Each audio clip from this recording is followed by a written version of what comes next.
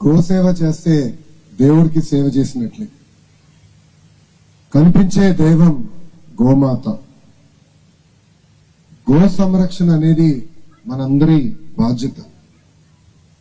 అందుకే నేను మంగళగిరి శాసన సభ్యుడైన తర్వాత లక్ష్మీ నరసింహస్వామి ఆలయం ఆధ్వర్యంలో గోశాల మళ్ళీ తిరిగి ప్రారంభించి అక్కడ పెద్ద ఎత్తున మన గోమాతల్ని కాపాడుకునే పరిస్థితికి వచ్చాం. నేను పాల వ్యాపారం చేసేవాడిని రాజకీయాలకు వచ్చే ముందు.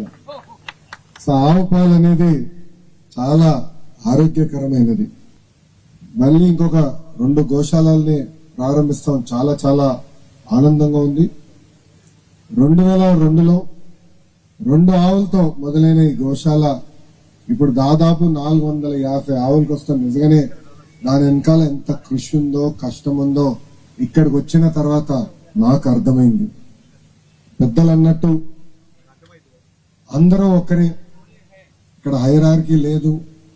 అందరం కలిసికట్టుగా ఆవుల సంరక్షణ కోసం పనిచేద్దాం అని చెప్తాను. నిజంగానే చాలా మంచి మాట. అది మీరు ఆచరణలో పెడతాం. చాలా చాలా ఆనందమైన విషయం.